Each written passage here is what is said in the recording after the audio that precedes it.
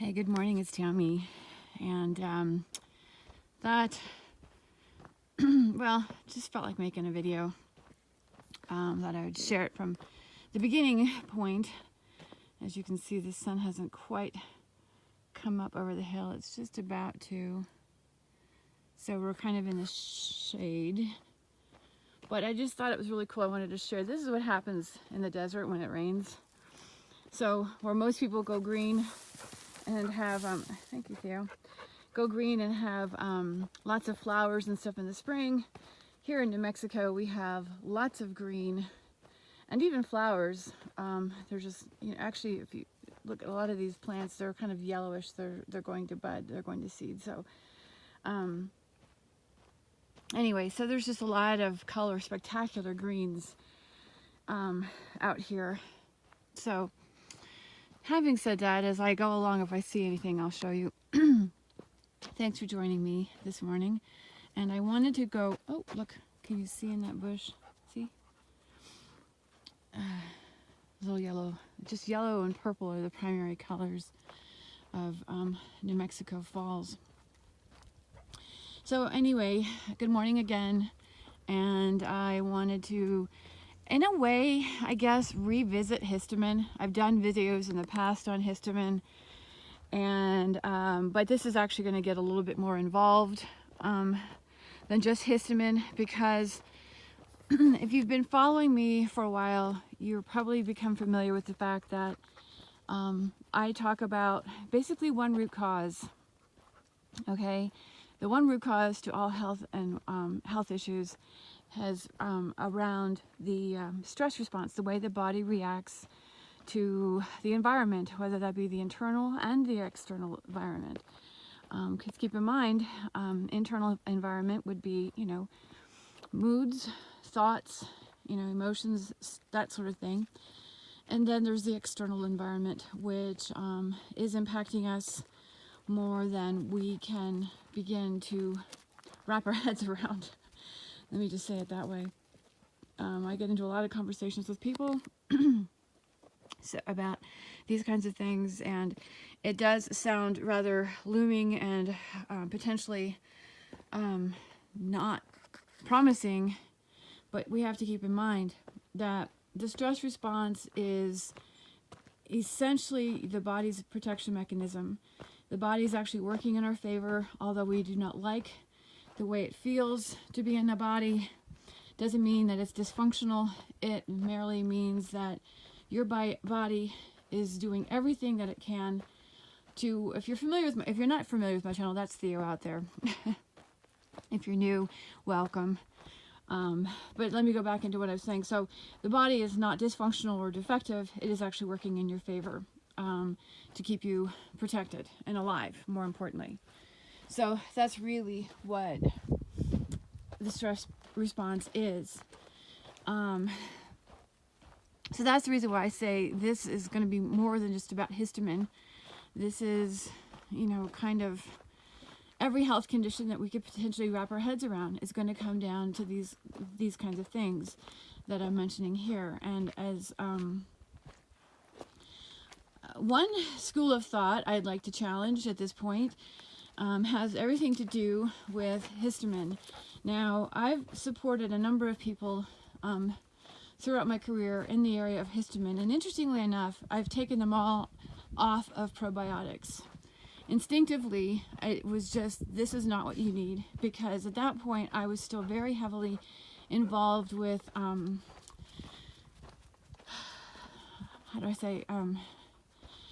looking deeply into the methylation pathway and really studying methylation epigenetic reports. These are the ones that you're that you are spitting into a test tube for and providing information to a database. But you also do get these generated reports.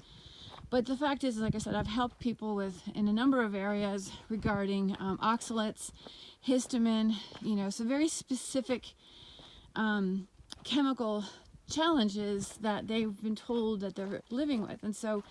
And again, like I said, probiotics is not one that I've ever been a big fan of. If you are It's a little rocky here, so bear with the bouncing if you are actually watching this.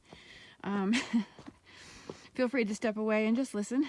At any rate, so if you are dealing with something like that, I mean, it's not just a single chemical. A single chemical is not your problem. The body produces histamine. If your body is not tolerating histamine from outside sources, or from that matter from your own body, I'm slipping, then that says that your body is not breaking it down. It's supposed to be metabolized and broken down. So if it's not doing that, we have to look at why, okay? I mean, we have to look at what's going on. It was really great. I just recently partnered with a chiropractor here in town. I'm waiting for Theo. And one of the things that she says to me, I did a radio show the other day on autism. Oh, there he is. There he is. There's the boy. So I did a radio show on autism, and her question to me was, she didn't get a chance to listen to it, but she wanted to know my thoughts, started to pick my brain about my thoughts on autism. And because she has a client who is demonstrating some peculiar behaviors. But the point that I'm getting at was what just told me that this is a perfect business partner for me. Was she looks at this young man, and she doesn't look at him as if what's wrong. She's looking at him as what's happening that's causing him to feel this way and, you know, demonstrate these kinds of behaviors. And I think that's brilliant, because there is nothing wrong with the body, but it is important to understand what's going on so that we might be able to, above all things, stabilize the body. And that's what I'm getting at. The key here is not to, there isn't a cure. You guys, if you're gonna invest your money in your loved ones and yourself. You know, if you want to submit saliva to an international database so they can continue the studies on the human genome, by all means do it. But it is in no way a test that is ever going to show you what's wrong with you. Well, it will. They'll try to tell you that there's something wrong with you, but those saliva tests are a snapshot.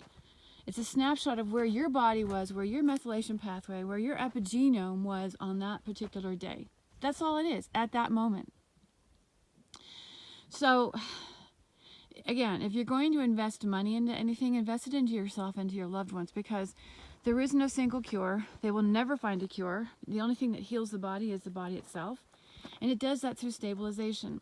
And I know that I get a lot of messages from people regarding their issues with histamine, and it's a lot more than just histamine, because to hear their stories, there's a lot going on. There's a lot of discomfort in there. Oh, gosh, I've got something sticky all over me.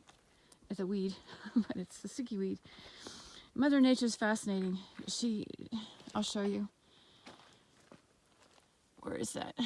This plant right here, it's kind of wiry, but if you step in it, it will actually cling to your pants and your shoes, so that you can actually take it with you. So I don't think Mother Nature knew we were going to have shoes, but it does stick to. Here's another. They're just so fine. They're so delicate. But it sticks to animals, and so now the animal can carry it, and of course transport seeds. So it's just fascinating how Mother Nature relocates and communicates. There's Theo. And gets what it just takes care of itself, you know, it just takes care of itself. And so that's really what happens in the body, is the body's just taking care of itself the way it was designed to do. And so, like I said, there is no one cure. They'll never find a cure, because there's 7.5 plus billion bodies on the planet, which means everybody's responding to something differently. Autism in one person is autism in one person. Diabetes in one person is diabetes in one person. It's not the same. Each system is different. So again, invest your money in yourself and be more mindful about what you're actually introducing to your system, because it's about stability. It's not about control, and it's not about fixing. And fixing is about control.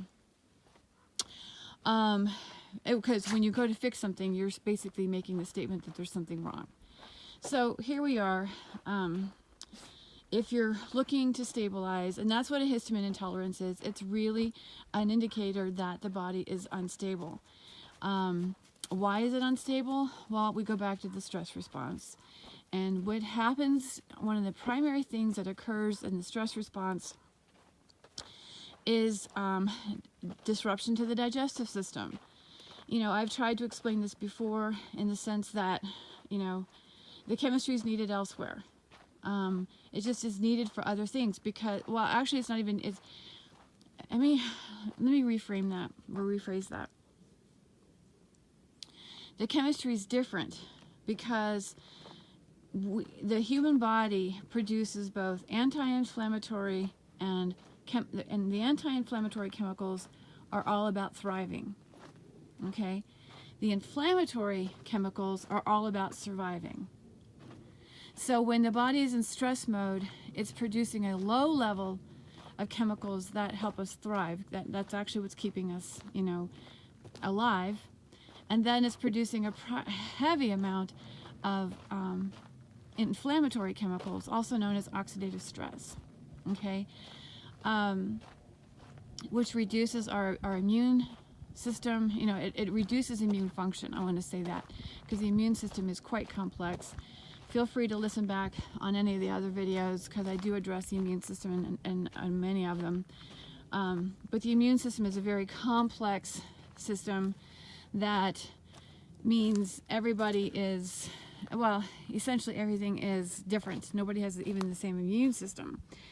And where you could have a depletion in one area of the immune system, you can have an over-exaggerated area of the immune system because it's, like I said, it's very complex. It's multi-layered. So disrupted immune function is a better way to say it, and that's really where the stability comes in. Other things that occur when stress is in place or activated, and besides the reduced digestion in disrupted immune system, there's a dysregulation in the hormonal system. Again, the chemistry has been altered in order for us to survive. So those are the three primary areas. Of course, we're talking neurochemistry, and so the gut, the immune system, and the brain all need to be linked and stabilized. And to do that depends on the individual. There's no one remedy that anybody really can give you. If somebody's going to give you a remedy to how to stabilize any one of those or tell you what herb to take, they're not working with the body, the individual. They're working with a book or a possible teaching from old times, but it's not the same. The human body's not the same. So stability is key, and that's the reason why, like I said, when histamine comes up and we're not tolerating histamine, that is a clear indicator right there that your nitric oxide synthase is, you're not producing enough nitric oxide. Let me just say that. When histamine is elevated, you're not producing enough nitric oxide, and therefore you have cardiovascular issues, and how that plays out in your system, again, depends on your genome. Other histamine issues is skin. And again, that also comes to nitric oxide because nitric oxide is found in the endothelial cells. So this is significant. And again, if you live with psoriasis or any kind of skin condition, you better get off the probiotics, because the probiotics, actually, when you take probiotics, you're increasing the number of natural killer cells, and those are found in the lesions of psoriasis. Check it out. So probiotics, again, comes up where it's not a recommendation. So what do you do? Because I've already said that the digestive system is disrupted in the space of stress. So what does somebody do? Because we need good bacteria in our guts. We need that, right? And so probiotics has been the key. It's been the answer. Well, really what it comes down to is a dysbiosis, is the best way to put it. And that's just an imbalance of good and bad bacteria in the gut. Now, we can question as to why do we, the increase in bad bacteria, but the thing is that I mean, does the bad bacteria have a benefit? My guess is yes. I haven't gone that far into looking into it, and I potentially will. However, gut bacteria, the balance is regulated by stomach acid.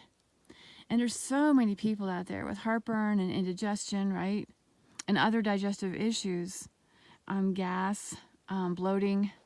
And we always relate that to, not enough good bacteria, so we go and we take the probiotics. Well, if we don't have enough good bacteria, then we need to help the body regulate the balance. So a better way to do that is with hydrochloric acid. This is why I've been telling people forever to stop taking probiotics. I understand there's a whole school of thought out there regarding body ecology, right? And fermented foods and such. But my argument for that is that if the body is producing too much histamine, there's also the fermentation cycle, NADPH, and that is involved with producing nitric oxide. And if that is dysfunctional and you're over fermenting, eating fermented foods is not going to be recommended. Again, I get the idea behind this, and I applaud everybody who's out here trying to help us be as healthy as possible. And in some cases, like I said, there's no one answer for anyone. So in some cases, probiotics and fermented foods make a big difference. And if you're taking antibiotics or you're exposed to a lot of antibiotics, including your probiotics from time to time, not on a regular basis, would be more recommended. I am not moving right now from this spot, basically, because I have to go uphill.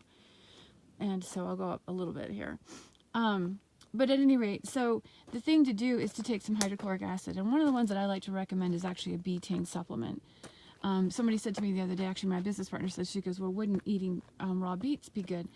And I said, definitely including raw beets. However, beets is not enough, especially when it's a significant, I was watching this woman, really bad heartburn the other day. So other one indicator of this is really bad gas. So hydrochloric acid is probably your better bet, again, because until we can stabilize the immune system, Theo's taken off without me, but until we can stabilize the immune system and stabilize the stress response, assisting the digestive process is key. And my suggestion is help the body do what it's supposed to do. Help it regulate itself. And giving it more hydrochloric acid, in my opinion, is a better step. Now, some of you might say, but you've said that if you give the body what it's supposed to make, you'll tell it it's not supposed to make it. And that's absolutely correct. I have said that. And I do believe that. Except when you include essential oils to help stabilize the stress response and stabilize the immune response, coming off the hydrochloric acid is fairly easy. So again, like I said, I started off thinking about histamine and realizing that, any of this, what I'm talking about, even in oxalates, and high oxalates, we can talk about eliminating high oxalate foods, but the truth is, if you're not dealing with why you're producing too many oxalates, then you're not really helping the body by eliminating high oxalate foods. You're not really helping the body by reducing high histamine foods, because there's still some other things going on. And so, truth be told, the glycolytic cycle is dysregulated, which is the reason why you're producing too many oxalates, and you're probably also producing way too much ammonia. So suggestions for that would be vanilla, walnuts, avocados, really nourishing the liver, helping the body, giving the body foods, not supplements, foods. There's plenty of evidence to show that the supplements aren't doing a damn bit of difference. And right now I'm talking about high oxalates. But in fact, I'm talking about even high histamine. Because if you actually help the body produce nitric oxide through foods that are high in L-arginine, and L-citrulline, I think is the name of it. If you can give the body foods that are high in that, and that's your nuts and your seeds and your meats, you know, then, I mean, some of your greens, then you are actually giving the body a chance to produce nitric oxide and improving function of the glycolytic cycle. But again, the glycolytic cycle is only, you know, it's dysregulated as a result of the stress response. So it comes back to including oils. Yes, you guys, I am an aromacologist. Yes, that's the reason, you know, but I suggest oils because they've been a part of my life, my entire adult life. I've been working with essential oils longer than Gary Young's been in business.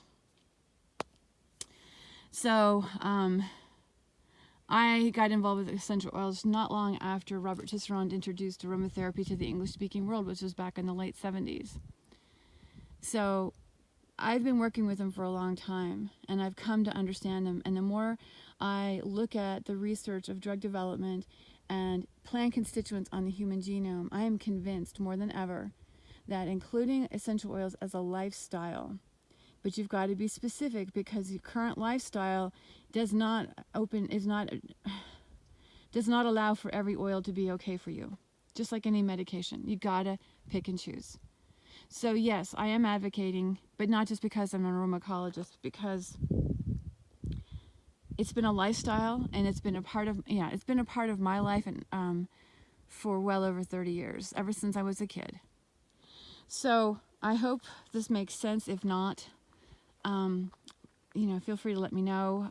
Visit my website. Link is in the description box. You're also welcome to book an appointment with me. That link is in the description box as well. And anyway, I hope everyone's doing well on this beautiful day. And thank you for watching. Bye. And listening.